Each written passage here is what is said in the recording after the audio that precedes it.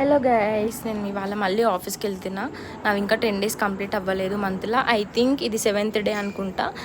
ఇప్పుడైతే ఖచ్చితంగా వెళ్ళాలి, మంత్ ఎండ్ కాబట్టి. వెళ్తేనే నా 10 days కంప్లీట్ అవుతాయి. ఇంకా ఇష్టం లేకుండా ఆఫీస్కి అయితే వెళ్ళినా, ఇంకా వెళ్ళి లాగిన్ అయితే చేసేసిన. ఎందుకో ఫుల్ నిద్ర ఉంటే కాఫీ తాగుదామని వెళ్తే అక్కడ మిల్క్ కూడా అయిపోయినాయి. ఇంకా వర్క్ అయినా చేసుకుందామని చెప్పి వర్క్ చేసుకున్నా. బ్రేక్ఫాస్ట్ అయితే స్కిప్ చేసేసిన, ఒక్కదాన్నే ఉండే కదా, తినాలని ఇంట్రెస్ట్ కూడా లేకుండే. ఇంకా వర్క్ టెన్షనే ఉండే నాకు, ఫస్ట్ డే కాబట్టి.